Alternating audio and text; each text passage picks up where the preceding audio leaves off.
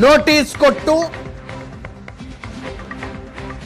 ಉತ್ತರ ಕೊಡದೆ ಹೋದ್ರೆ ಕೊಟ್ಲಿಲ್ಲ ಅನ್ನೋ ಕಾರಣಕ್ಕೆ, ಉತ್ತರ ಕೊಟ್ರೆ ಅದು ಸಮಾಧಾನಕರವಾಗಿಲ್ಲ ಅನ್ನುವ ಕಾರಣ ಕೊಟ್ಟು ಉಚ್ಚಾಟನೆ ಮಾಡುವ ನಿರ್ಧಾರಕ್ಕೆ ವರಿಷ್ಠರು ಬಂದಿದ್ರು.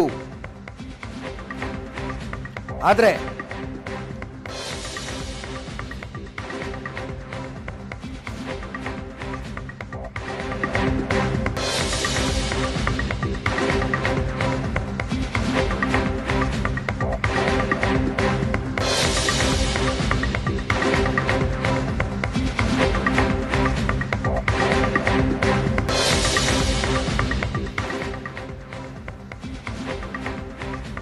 ಸಂಘದ ಹಿರಿಯರು, RSSನ ಮುಖಂಡರು ಆದ ಮುಕುಂದರು ವರಿಷ್ಠರಿಗೊಂದು ಮಾತು ಹೇಳ್ತಾರೆ, ನನ್ನನ್ನು ಭೇಟಿಯಾಗಿ ಯತ್ನಾಳ್ರ ಹಿಂಗಿಂಗೆ ಅಂದ್ರು. ಜೊತೆಗೆ ರಾಜ್ಯ ಬಿಜೆಪಿಯ ತಟಸ್ಥ ಬಣದವರು ಕೂಡ ಯತ್ನಾಳ್ರ ಹಿಂಗೆ ಮಾತಾಡ್ತಿದ್ದಾರೆ ಅಂತ ವರಿಷ್ಠರಿಗೊಂದು ಸುದ್ದಿ ತಲುಪಿಸ್ತಾರೆ. ಆ ಸುದ್ದಿ ಬಸನಗೌಡ ಪಾಟೀಲ್ ಯತ್ನಾಳರನ್ನು ಉಚ್ಚಾಟಿಸಬೇಕು ಅಂತ ನಿರ್ಧರಿಸಿಕೊಂಡಿದ್ದ ವರಿಷ್ಠರಿಗೆ ಸ್ವಲ್ಪ ದಿವಸ ಬೇಡ, ದುಡುಕಿನ ನಿರ್ಧಾರ ತೆಗೆದುಕೊಳ್ಳೋದು ಬೇಡ ಅಂತ ತೀರ್ಮಾನಿಸುವಂತೆ ಮಾಡ್ತು. ಏನು ಹಾಗಿದ್ರೆ ಆ ಸುದ್ದಿ? ಏನು ಹೇಳಿದ್ರು RSS ಮುಖಂಡರುಗಳ ಮುಂದೆ, ತಟಸ್ಥ ಬಣದ ನಾಯಕರುಗಳ ಮುಂದೆ ಬಸನಗೌಡ ಪಾಟೀಲ್ ಯತ್ನಾಳರು ಹೇಳಿದ್ದಾದ್ರೂ ಏನು? ನಂಬರ್ 1, ಅದ್ಯಾವ ಕಾರಣಕ್ಕೂ ವಿಜಯೇಂದ್ರರ ಜೊತೆ ಹೊಂದಾಣಿಕೆ ಇಲ್ಲ ಅಂತ ಹೇಳಿದ್ರು. ಅದು ಏನೇ ಆದ್ರೂ ವಿಜಯೇಂದ್ರರ ಜೊತೆ ಹೊಂದಾಣಿಕೆಯ ಪ್ರಶ್ನೆನೇ ಇಲ್ಲ ಅಂತ.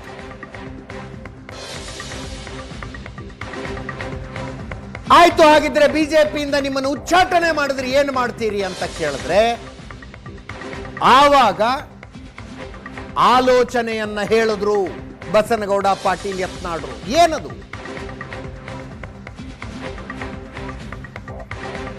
ನನ್ನನ್ನ ಬಿಜೆಪಿಯಿಂದ ಉಚ್ಚಾಟನೆ ಮಾಡಿದರೆ ರಾಜ್ಯದಲ್ಲಿ ಹಿಂದುತ್ವದ ಅಜೆಂಡಾ ಇಟ್ಕೊಂಡು ಹೊಸ ಪಕ್ಷ ಮಾಡ್ತೀನಿ ಅಂತ ಹೇಳಿದ್ರು.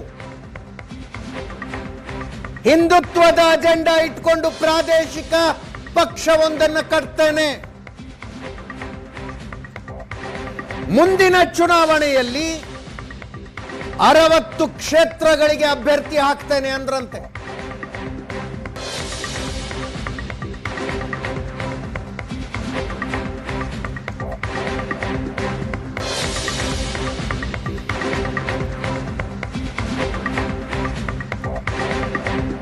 ನನ್ನನ್ನ ಬಿಜೆಪಿಯಿಂದ ಉಚ್ಚಾಟನೆ ಮಾಡಿದ್ರೆ ಹೊಸ ಪ್ರಾದೇಶಿಕ ಪಕ್ಷ ಕಟ್ತೇನೆ, ಹಿಂದುತ್ವದ ಆಧಾರದ ಪಕ್ಷ ಕಟ್ತೇನೆ.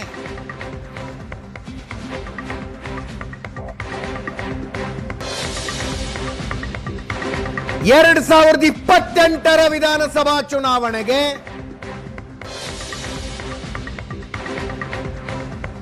60 ಕ್ಷೇತ್ರಗಳಿಂದ ಅಭ್ಯರ್ಥಿ ಹಾಕ್ತೇವೆ ಅಂದ್ರಂತೆ. ಇದು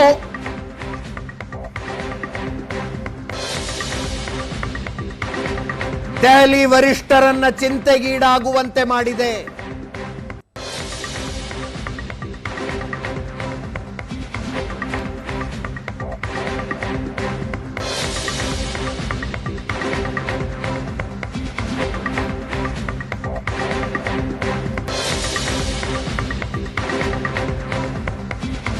ಒಂದೇ ಏಟಿಗೆ ಬಿಜೆಪಿಯ ಬಣಬಡಿದಾಟವನ್ನ ಮುಗಿಸಿ ಬಿಡಬೇಕು. ಒಂದು ಬಣವನ್ನ ಉಳಿಸಿಕೊಂಡು ಇನ್ನೊಂದು ಬಣವನ್ನ ಕಿತ್ತಾಕಬೇಕು ಅಂತ ಹೊರಟ್ರೆ ರಾಜಕೀಯವಾಗಿ ದೊಡ್ಡ ಹಿನ್ನಡೆಯಾಗುವ ಸಾಧ್ಯತೆ ಇದೆ. ವರಿಷ್ಠರು ಇದನ್ನ ಅರ್ಥ ಮಾಡಿಕೊಂಡು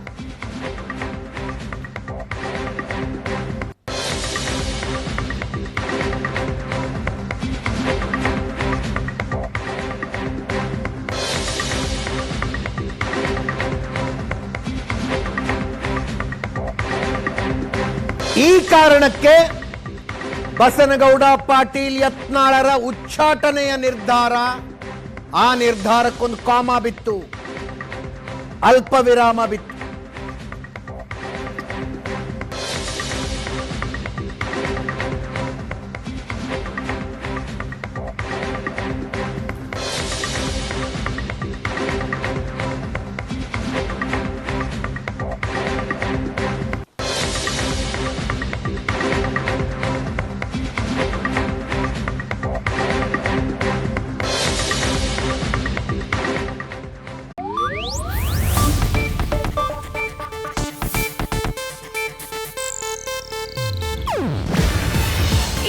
ಏಷ್ಯಾನೆಟ್ ನ್ಯೂಸ್ ನೆಟ್ವರ್ಕ್ ಪ್ರಸ್ತುತಿ.